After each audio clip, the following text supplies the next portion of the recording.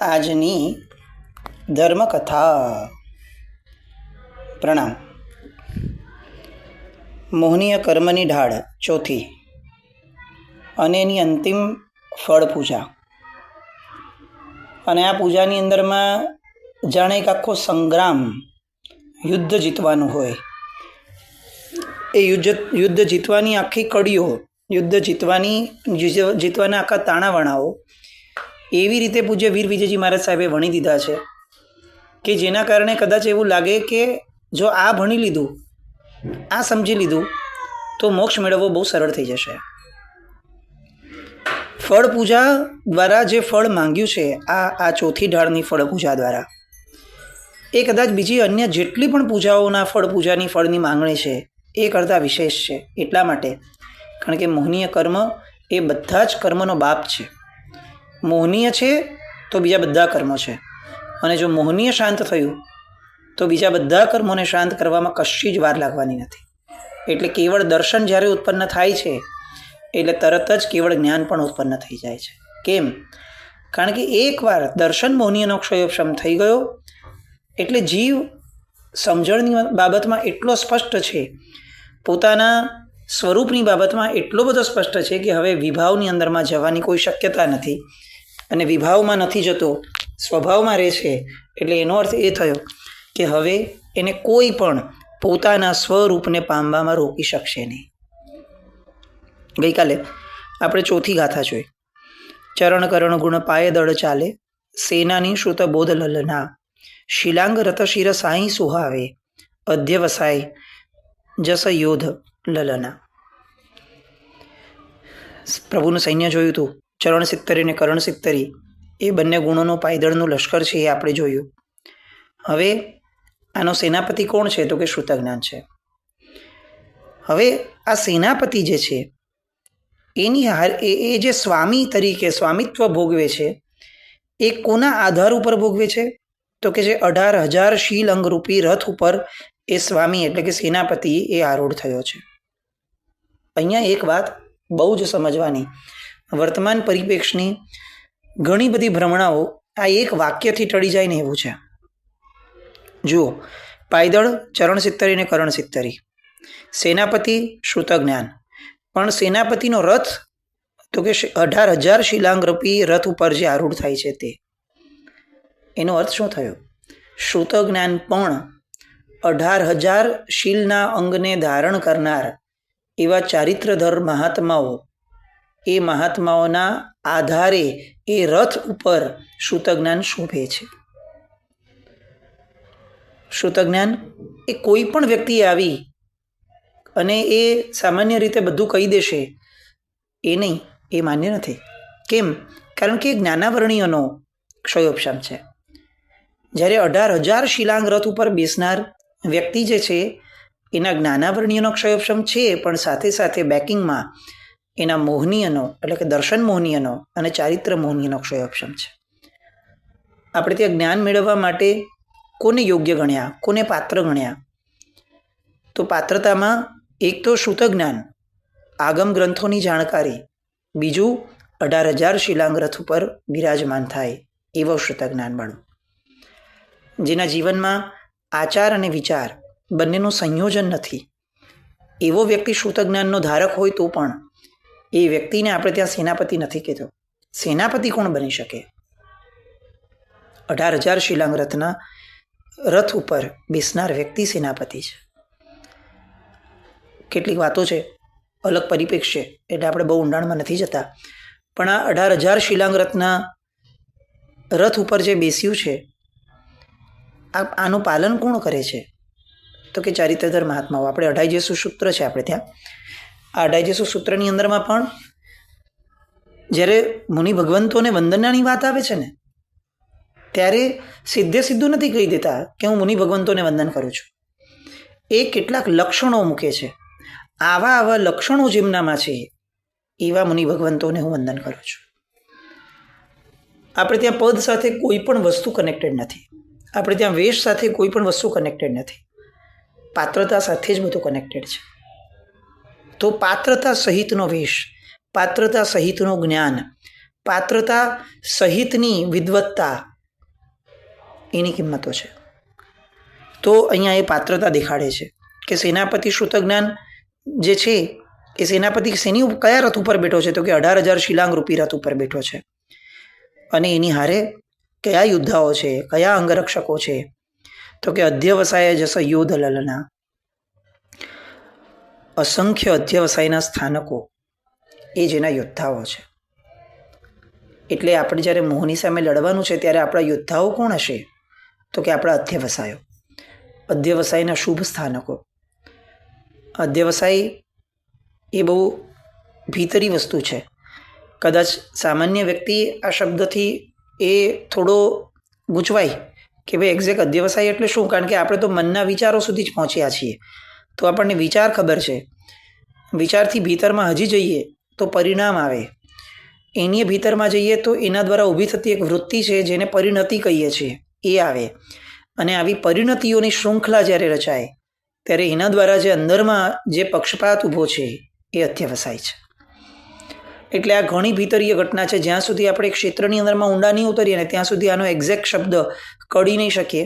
કારણ કે આ બુદ્ધિનો વિષય નથી, આ અનુભૂતિનો વિષય છે. અને અનુભૂતિ તો અનુભવ કરનારાને જ મળે, વાતો કરનારાને ન મળે. અને આપણે બધા વાતોના શોખીન છીએ.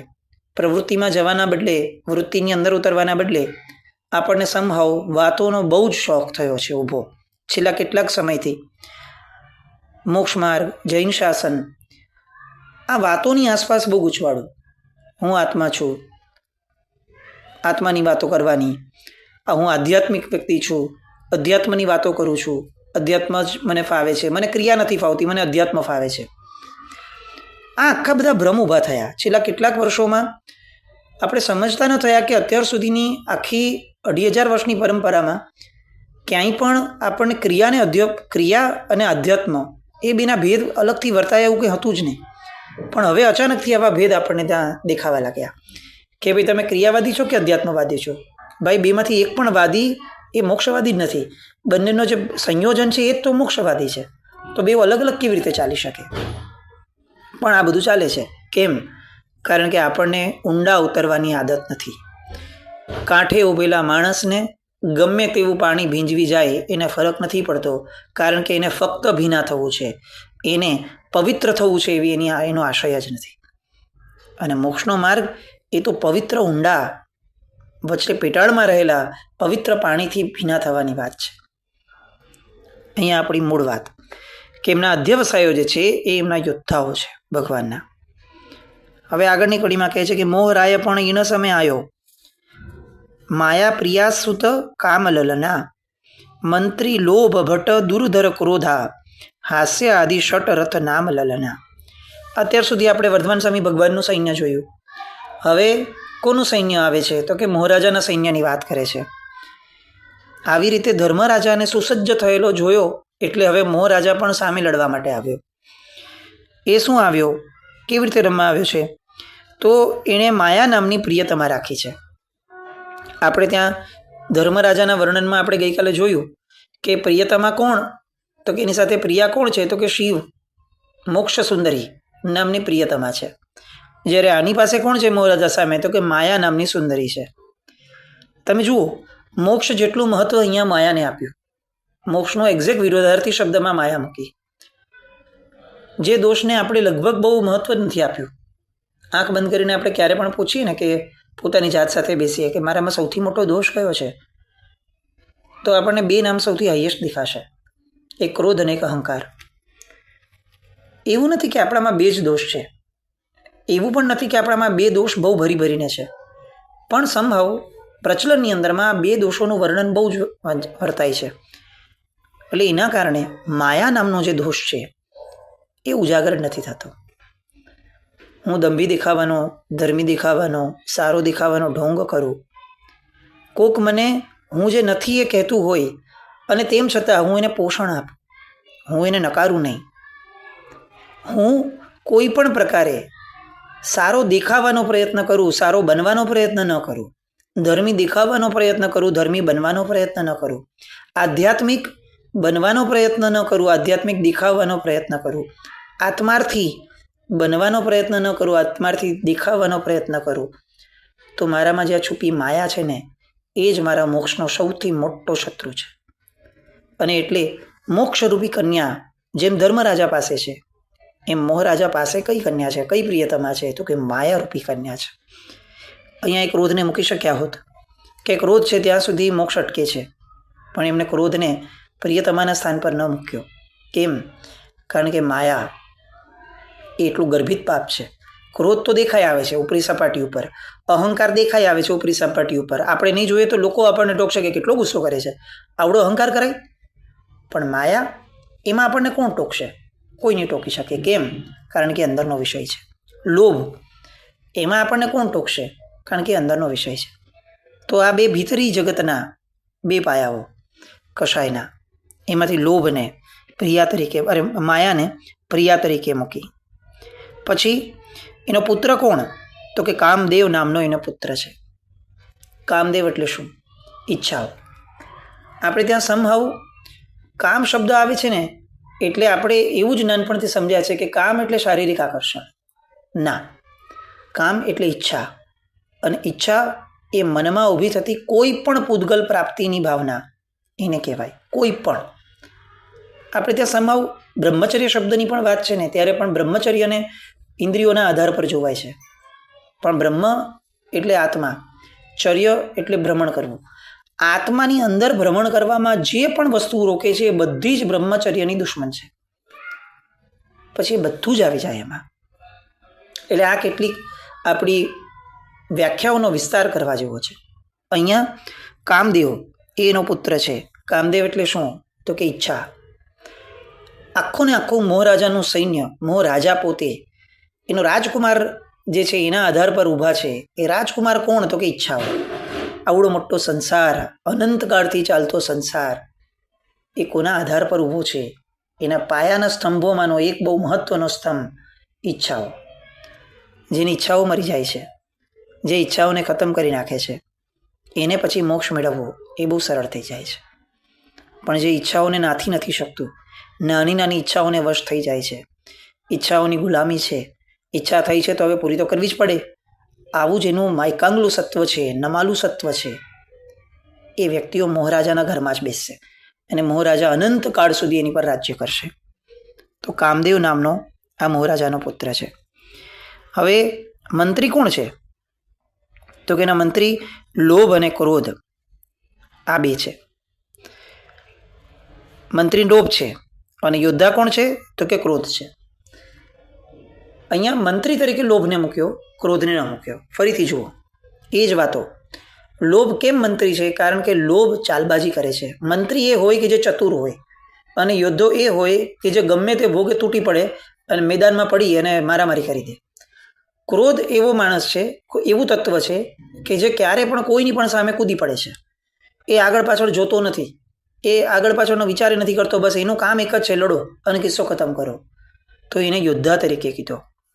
પણ યોદ્ધો એને નાથવો સહેલો છે, મંત્રીને નાથવો એ અઘરો છે. અને યોદ્ધાને નાથવાથી જીતાતું નથી, મંત્રીને નાથવું જરૂરી છે. કારણ કે યોદ્ધાઓને ઊભા કરનાર મંત્રી છે, યોદ્ધાને બળ આપનાર મંત્રી છે, યોદ્ધાની વ્યૂહરચના નક્કી કરનાર મંત્રી છે. તો મંત્રી તરીકે લોભને મૂક્યો. તમે જુઓ આ બે ગર્ભિત કશાયોને કેટલું બધું મહત્વ પૂછે વીર વિજયજી મહારાજ સાહેબ આપે છે. મંત્રી તરીકે લોભ અને પ્રિયતમા તરીકે માયા. આ બે પાપોને, કશાયોને ખરેખર સમજવા માટે આપણે ઊંડાણમાં જવું પડશે. ત્યારે ખબર પડશે કે ક્રોધ તો 24 કલાકમાં 24 મિનિટ પણ નથી આવતો, પણ લોભ 24 કલાક મારી ભેગો હોય છે. અહંકાર એ પ્રસંગ આવે ત્યારે 24 કલાકમાં 2-4 કલાક મારી ભેગો હોય છે, પણ માયા 24 કલાક મારી ભેગી હોય છે. મારા અહંકારને કેમ છુપાવવો, મારા ક્રોધને કઈ રીતે લોકોની સામે જસ્ટિફાઈ કરવું, આ બરાબર હતું એવું પુરવાર કરવું, એ કામ માયા કરે છે. તો માયા એ પ્રિયતમા છે. મૂળ દુશ્મન મોટા એ માયા અને લોભ છે. ક્રોધ અને માન એ તો એવા યોદ્ધાઓ છે કે જેને બહુ સરળતાથી કદાચ હરાવી શકાય, જો તમે માયા અને લોભને સમજી ગયા છો તો. આમ સામાન્ય રીતે છે ને, ક્રિકેટની વાત કરીએ તો જે બેટ્સમેનને બહુ જ ફટકાઓ મારવા હોય ને, એને શોટ ઉપર શોટ લગાવવા હોય, એ માણસ રન બહુ કરે, લાગે એમ જ કે આ માણસ હરાવી દેશે સામી ટીમને, પણ એ માણસને આઉટ કરવો પણ સૌથી સહેલો હોય. એને ખાલી કેટલોક ફસાવવાનો છે. પણ જ્યારે કેટલાક બેટ્સમેન એવા હોય કે જે બેટ્સમેન ટીચુક રમી એક એક બે રન લઈને ક્યાં હરાવી નાખે ખબર બી ના પડે. માયા અને લોભ આ એવા બેટ્સમેન છે. અને એટલે અહીંયા વીર વિજયજી મહારાજ સાહેબે એ બંને કષાયોને ઉજાગર કરીને કીધું કે મંત્રી એ લોભ છે અને પ્રિયતમા એ માયા છે. ક્રોધ એ ભયંકર સુભટ એટલે કે યોદ્ધા છે. અને કયો રથ છે? ત્યાં શિલાંગ રથ હતો ધર્મરાજા પાસે. તો અહીંયા કયો રથ છે? તો હાસ્ય આદિ ષટક નામના રથ ઉપર 6 નો કષાય જે આપણે નૈવેદ્ય પૂજાની ઢાળમાં જોયા, એના રથ ઉપર સવાર છે મોહરાજા. હવે આગળ યુદ્ધ કેવી રીતે થાય છે એની પહેલા પ્રકૃતિ કે છે. મિથ્યાત મંડલી રાય અટારો બંધ ઉદય નિજ ઠાણ લલના સમકિત મિશ્ર મોહની લઘુભાઈ ઉદય સત્તમ સમજાણ લલના. જેનો બંધ અને ઉદય પોતાના સ્થાનમાં એટલે કે પહેલા જ ગુંઠાણે હોય એવો મિથ્યાત્વ એ મોહનો માંડલિક રાજા છે. મિથ્યાત્વ એ માંડલિક રાજા છે. સંતોષ એ ધર્મરાજાનો માંડલિક રાજા હતો અને મિથ્યાત્વ એ મોહ રાજાનો માંડલિક રાજા છે કે જેને આ નિજા હેઠળ આખું આખું સૈન્ય ચાલે છે.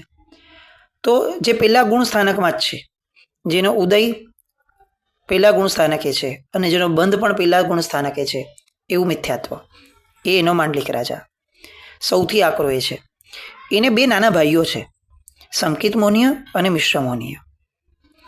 પણ આ 2 ભાઈઓ નાના હોવા છતાં પહેલા એટલે કે પોતાના મોટા ભાઈ કરતાં અતિ બળવાન છે. કઈ રીતે?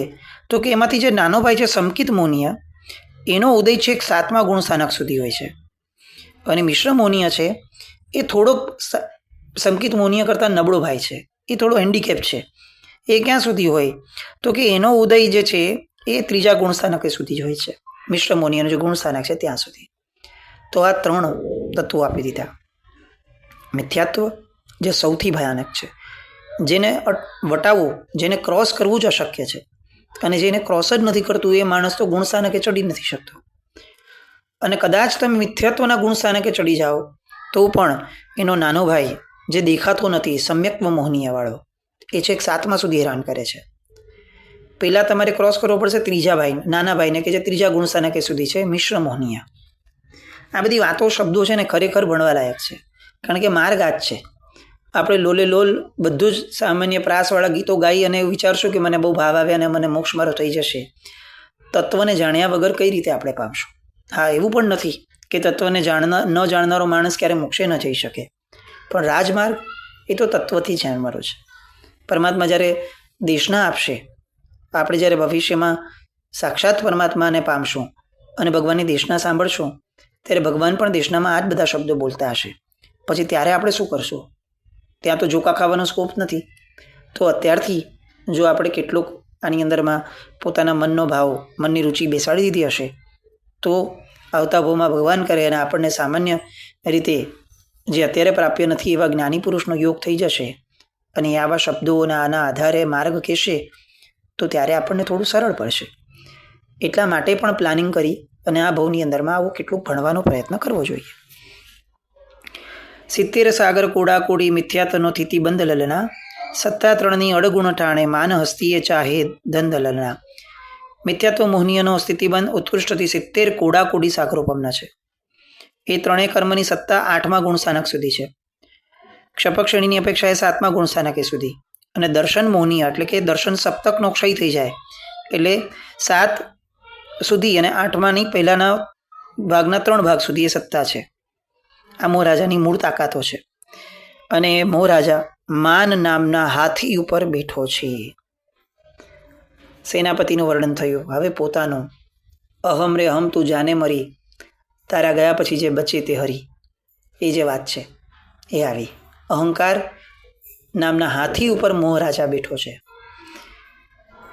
જેને મોહરાજાને જીતવો છે એને સૌથી પહેલાં એના હાથીને પરાસ્ત કરવો પડે. એ મોહરાજાની તાકાત બધી આ અહંકારમાં છે. તસ રક્ષક મન જીન્મ પલટાણો મોહ તે ભાગ્યો જાય લલના ધ્યાન કેસરિયા કેવલ વરિયા વસંત અનંત ગુણ ગાય લલના. હવે અહીંયા આ બંને સામસામે તો આવી ગયા હતા. અને હવે ભગવાન એક ચાલબાજી કરે છે અને ચાલબાજી કરીને આખી ને આખી મોહની સેના જે છે આટલા બધા સૈન્યને હરાવવું કેટલું ભારે પડશે, એ બહુ સમય બી માંગી લેશે. આટલી કોણ પુરુષાર્થ આટલો કરે? તો ભગવાન એક પુરુષાર્થ એવો કરે છે કે જેના કારણે વગર લડીએ મોહરાજા યુદ્ધના મેદાનમાંથી ભાગી જાય છે. કેટલી આશ્ચર્યની વાત છે. આટલું જેનું પાયદળ આ તે બધું આપણે જોયું, સેનાપતિ જેનો આવું તત્વ જે અનધિકારથી ભટકાવે છે આપણને, એ યુદ્ધમાં મેદાનમાંથી ભાગી જાય. એવી તે કઈ ચાલબાજી ભગવાને રમી, ધર્મરાજાએ રમી કે વગર લડીએ મહારાજા ઊંધું ખાલીને ભાગી ગયો? તો એની વાત અહીંયા સેકન્ડ લાસ્ટ ગાથાની કડીની અંદરમાં એમણે કરી અને એ કડીને બહુ જ શાંતિથી સંવેદવા. આવતીકાલે ફરીથી મળશું. પણ આ ફળ પૂજાની છેલ્લી ઢાળની છેલ્લી 2 કડીઓ એ આપણને મોક્ષની પ્રાપ્તિનો માર્ગ એ ક્રમબદ્ધ રીતે આપશે. અને ગ્રંથિભેદ થકી જે આખીને આખી ઉજાગર દશા શરૂ થવાની છે, એ દશામાં અત્યારે મનુષ્યપણું પામી આપણું પ્રથમ કર્તવ્ય શું છે મોહને જીતવાનું, કઈ રીતે આપણે જીતી શકાય એની વાતો આ ઢાળની અંદરમાં આવશે. આગળ આવતીકાલે આપણે રહીએ. જીના જ્ઞાવૃત કંઈ પણ બોલાય તો મેં છામી દોખડમ. જય નમ જયતિ શાસન.